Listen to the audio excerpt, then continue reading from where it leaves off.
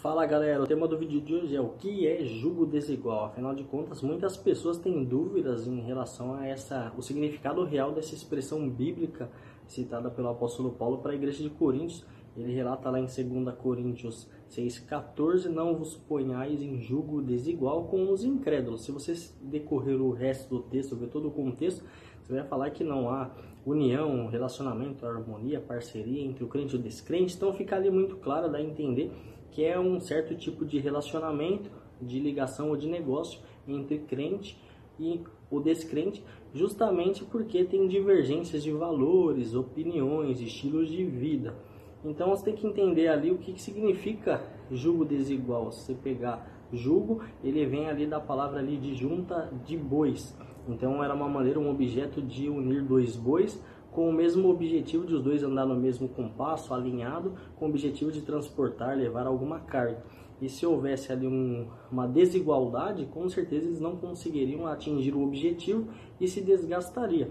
Lembrando que os mandamentos que Deus dá através dos seus homens e mulheres na palavra de Deus é sempre visando o bem da sociedade, da humanidade no geral. Deus nunca traz um mandamento que seja prejudicial ao ser humano e que seja para oprimir, mas sempre algo para trazer vida, para trazer proteção, algo para o cristão refletir, porque é sempre para o bem, né? Mas é bem verdade que não devemos levar tudo de uma maneira generalizada, até porque essa ideia não foi do apóstolo Paulo nem de Deus, até porque seria impossível conviver nesse mundo ou fazer aquilo que Jesus orienta de pregar o evangelho. Afinal de contas, você tem amigos, familiares, colegas de trabalho, conhecidos, pessoal lá da escola, que não creem em Deus, tem uma fé diferente da sua, e nós vivemos normalmente em sociedade com todas essas pessoas, independente da crença, das opiniões. Mas que tipo de restrição ali o apóstolo Paulo ele está orientando a igreja a ponderar? Ele não dá ali uma lista assim clara falando é isso, mas dá a entender que está falando, se você pegar a tradução para o grego, está falando de comunhão, relacionamento, parceria, negócios com o descrente, justamente por causa da divergência, né? Para você não se associar. Então ele ali não dá uma lista exata que é isso, mas deixa ali pelas traduções, pelo significado, para o cristão avaliar os tipos de relacionamento, tudo aquilo que te afasta do propósito de Deus, te afasta da presença de Deus, tudo que é prejudicial com a sua vida com Deus, tudo que desagrade a Deus em certos relacionamentos, certas parcerias, certa comunhão, certos negócios que o cristão entra. Então Deus orienta. Mas é bem verdade que você vê que as pessoas dentro do livre-arbítrio, elas às vezes escolhem não seguir essa orientação bíblica e às vezes acaba tendo certas dificuldades, seja nos negócios ou até mesmo nos relacionamentos, né? Por conta de serem influenciados e tudo mais. Geralmente na igreja é muito comum vermos a utilização desse texto, não vejo que é errada, para instruir o jovem a se relacionar com alguém da mesma fé, mas fica muito óbvio, né? Se uma pessoa é cristã, tem o desejo de crescer, desenvolver ali a fé cristã, se ela se relaciona, se envolve com alguém que não tem a mesma fé ou que não é que um descrente, é evidente que vai ter divergências, vai ter problemas.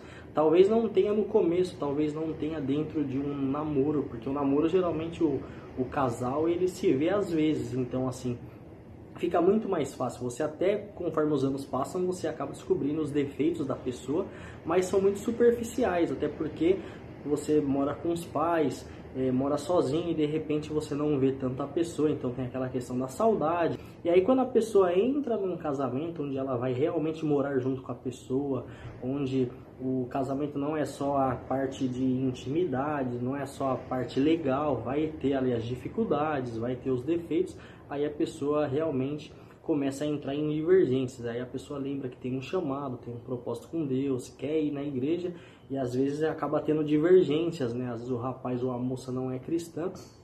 É lógico que se você já está num casamento assim, de repente você se converteu, você já tinha se casado com a pessoa e se converteu no meio do caminho, ou mesmo você não quis seguir a orientação bíblica, gostou de alguém que não tem a mesma fé que a sua e você quer tentar converter essa pessoa, sempre com as suas ações, né? Não adianta falar muito, você tem que orar e ter umas boas ações, você não vai se parar por causa disso.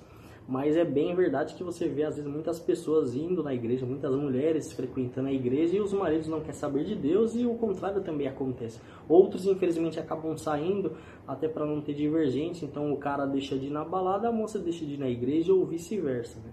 Então, às vezes, você tem que analisar antes de você entrar num casamento. Você tem que avaliar o seu chamado, o propósito de Deus, você tem que pensar nas consequências. E dentro do namoro fica mais difícil pela superficialidade, né? Porque é muito fácil, não vai ter tantas brigas.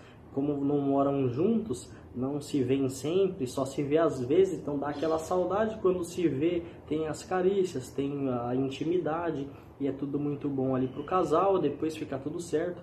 E os defeitos mesmo, eles ficam mais evidentes dentro do casamento conforme vão passando os anos, né, no dia a dia. Isso eu escuto de muitos casais, né. Então a Bíblia orienta a não entrar em julgo desigual. Lógico que muitos usam esse texto porque faz sentido, fala de intimidade, parceria, o mesmo objetivo, o mesmo propósito. Também fala de negócios. De repente você cria uma sociedade com alguém descrente e aí começa a ter divergência. De repente você vai querer catar lá e colocar um versículo bíblico lá na porta da tua empresa e o seu parceiro, ele é ateu, não vai concordar. E aí começa a dar umas divergências por coisas simples assim. Então, assim, a Bíblia orienta para você ponderar, né?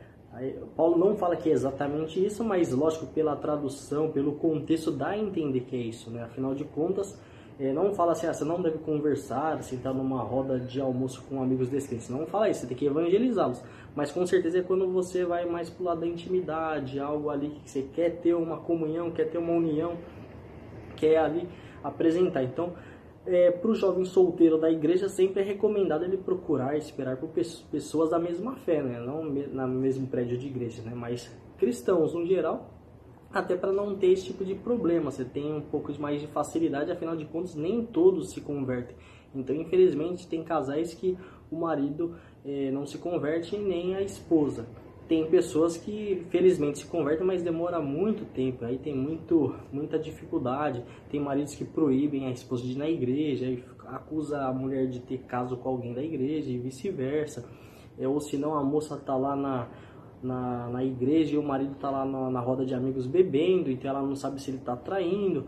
E o contrário também, às vezes o cara tá na igreja e fala, pô, minha mulher tá na balada, e ele sabe como que é a cabeça dos homens fora da igreja, e fala, meu, vai ter um monte de homem rodeando ela igual um urubu em cima de uma carniça. Então, assim, é bem complicado. Agora, quando os dois estão juntos ali na igreja e tal, é bacana porque dá para eles crescerem juntos, caminharem juntos. Então você que está solteiro, você ainda tem esse tempo de ponderar, de pesquisar, a segunda coisa mais importante, né, depois da salvação, que para mim é a mais importante, onde você vai passar a sua eternidade. Essa é a primeira pergunta, acho que todos nós que cremos temos que fazer. A segunda é com quem nós iremos casar, ter essa sociedade, essa união, essa parceria aí. Então, às vezes, vale mais você ficar mais tempo solteiro do que você se associar com um julgo desigual, desalinhado, porque aí já era propósito, projetos, vai dar mais trabalho, com certeza você vai ter mais dificuldades para agradar a vontade de Deus. Mas você que já está num relacionamento desigual há anos, também é muito difícil, porque já gerou sentimento, já gostou, e é muito difícil você cortar isso, mas ainda dá tempo de ponderar. E você que é casado, a Bíblia orienta a não se separar. A separação sempre tem que vir sempre pro lado do descrente, né? E geralmente em último nível, quando há ali uma traição e aí os dois decidem se separar. Mas a Bíblia sempre orienta que você tem que partir do descrente. O cristão sempre tem que orar, dar um testemunho para santificar aquele que é descrente. Então a moça, o rapaz pode ganhar sim o seu cônjuge para Cristo, né? Mas às vezes dá muito trabalho, infelizmente alguns casos não acontecem, né? Você fala, pô, orei tanto, tentei tanto, mas às vezes a pessoa não quer e não adianta.